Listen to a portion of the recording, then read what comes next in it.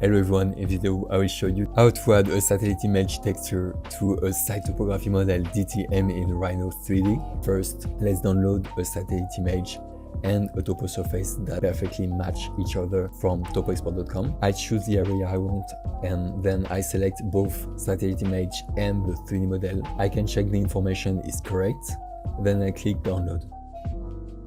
Next, I open the file TopoExport modeling in Rhino. I switch the default view to render mode, which allows us to display textures. Then in the command bar, I type textures.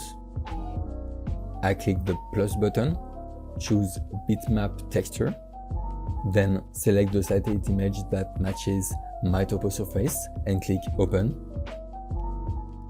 The texture is now added to my palette and now I can drag it onto the topo surface. At this point, the image is projected onto the surface, but it's not scaled correctly. To fix it, I select the 3D surface, then go to Properties, Texture, apply Planar Mapping. I select the entire topo surface in the 2D view. Press Enter. And that's it.